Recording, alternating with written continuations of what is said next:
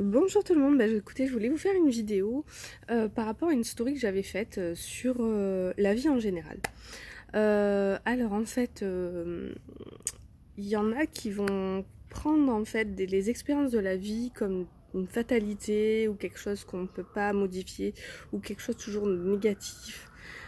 Sauf que en fait, ce qu'il faut comprendre, c'est que la vie, c'est une multitude d'expériences qu'on va avoir à traverser, et il faut toujours voir comment on l'a traversé, quelles émotions nous ont traversées pendant ces expériences, euh, et, euh, et en fait accepter l'impermanence des choses.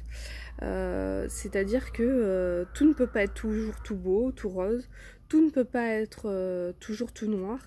C'est cette fluctuation d'expérience, d'émotions qui va venir faire qu'on expérimente. En fait, ici, on s'est incarné pour expérimenter des expériences. Et oui, expérimenter des expériences, je dirais pas ça comme ça, pour expérimenter des choses de la vie.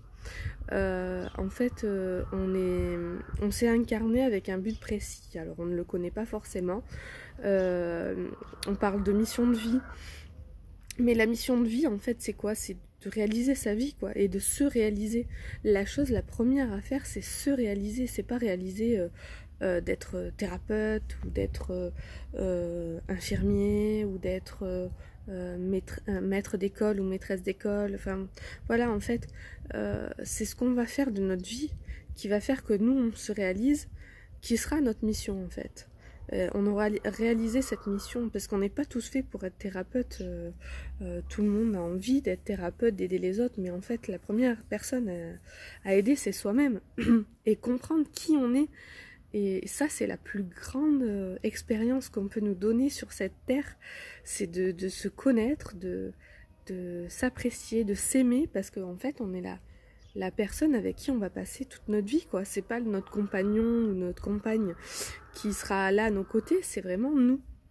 Parce que nous, pareil, nos enfants sont là un certain nombre d'années, ils font après leur vie, leur cheminement, ils seront toujours plus ou moins à nos côtés.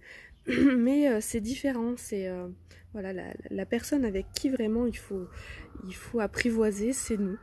Et, euh, et voilà, et du coup, il faut accepter nos émotions, par quoi par lesquelles on traverse, quelles émotions vont venir nous toucher, pourquoi telle situation va venir réveiller cette émotion. Enfin voilà, c'est tout ce cheminement qu'il faut venir euh, analyser sans trop être dans le mental, parce que si on est trop dans le mental, on peut pas lâcher prise.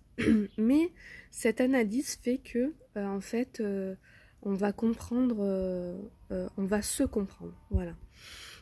Donc voilà, je voulais revenir sur cette part voilà, de nos vies, de notre mission de vie. Parce que trop souvent, on nous fait croire que nos missions de vie, c'est quelque chose de très, comment dire, axé sur quelque chose, alors que non, pas forcément. C'est vraiment, je vous dis, c'est le chemin qu'on va prendre pour arriver à soi, qui va être déterminant en fait pour notre mission de vie. Enfin après c'est ma vérité, hein. Si vous n'y croyez pas, ça me dérange pas. Je vous partage juste ce que je pense et ce que je pense être juste en fait par rapport à tout ce que je vis, tout ce que je vois, tout ce que je lis. Voilà quoi, c'est toujours enfin à chaque fois ça m'est revenu en pleine tête, c'est voilà, il faut que tu t'acceptes, il faut que tu t'aimes, et il faut que les émotions que tu traverses, que tu les comprennes pourquoi, voilà, parce que c'est ce qui va être à chaque fois une clé, et à chaque fois qu'on déverrouille une clé, et ben en fait on avance, on chemine. Et je trouve que c'est la plus belle expérience de vie en fait. C'est-à-dire que si on fait attention à ces petits signes qui viennent tout au long de notre vie, c'est là où on se dit ah d'accord, ok, donc là en fait c'est parce que j'avais pas compris ça, on m'a remis ça dans la tête parce que des fois ça fait mal, mais voilà, du coup on se dit ok, donc j'ai compris ça, et puis la situation, hop, elle est passée, et on va retomber sur une autre situation, et tac, il va falloir trouver la clé pour ouvrir le chemin et continuer à avancer tout au long de notre vie. Après, ça se fait pas en un clin d'œil, c'est des années de réflexion, de cheminement, d'initiation, voilà, de trouver en fait ce qui vous fait vibrer en fait. C'est et puis qu'est-ce qui vous fait vibrer, c'est trouver qu'est-ce qui parle qu'est-ce qui vous parle et qu'est-ce qui vous fait vibrer en vous quoi. C'est apprendre à s'écouter. Voilà. C'est tout simplement apprendre à s'écouter. C'est pareil quand on parle d'intuition. En fait, c'est juste apprendre à s'écouter, à écouter son cœur. Et si on arrête d'écouter sa tête, on écoute son cœur.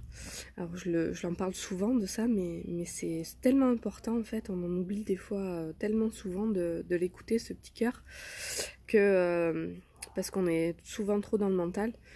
Et pareil, il y a des initiations qui font que on écoute trop notre tête. Et non, il faut écouter son cœur. Et plus on lâche prise et plus ça devient évident. Voilà. Je me suis un petit peu égarée à un moment donné, mais c'est ce que j'avais envie de partager aujourd'hui auprès de mon arbre. Et voilà, donc je vous fais des gros bisous et à bientôt!